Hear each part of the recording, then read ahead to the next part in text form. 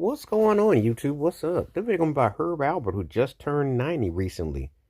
And the interesting thing, I was having a debate because, I do a lot of that. If you watch my videos, I don't care if it's music, movies, sports, TV. It's all debates. It's always about how you rank them, where you put them in. Well, the Herb Alpert question was, he turned 90, and that's a heck of a milestone. But is he more known for his music careers, or is he known for being the A&M Records, the label owner? Because the guy, incredible career, you know. Once upon a time, he had the record and Billboard with him and the Tijuana Brass for all those number one songs back in the 60s, A Taste of Honey, which was a big song. And of course, This Guy's in Love, he did that vocal.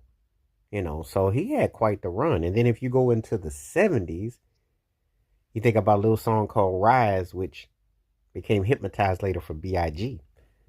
So he had his finger on the pulse of different things. And then you go into the mid 80s, late 80s with Diamonds, which Janet Jackson and Jimmy Jam and Terry Lewis, and they were all on that. And of course, Making Love in the Rain with Lisa Keith on vocals and Janet background for Herb Alpert. So he hit in three different eras, three different ways in a real way. Could you imagine the label boss working with your biggest artists as producers and hitting? And he did. I mean, it was something else. I remember that just like yesterday. And Herb Alpert is a very distinctive figure in that regard. Now, asking where he comes down as a trumpet player and arrangements and so on, but it gets debatable, and it's all a matter of preference.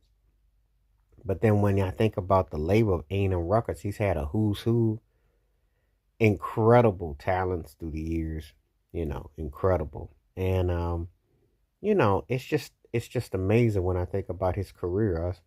I'm like almost flabbergasted when I think about, what he's been able to accomplish and did so much. And I remember him being on Soul Train back in the day twice, late 70s and in the early 80s. Interested in the early 80s when he had on Soul Train, he had a then unknown young kid in his band who would be later known as Romeo Blue, who would then later be Lenny Kravitz. So he always was like on the eyeball of talent.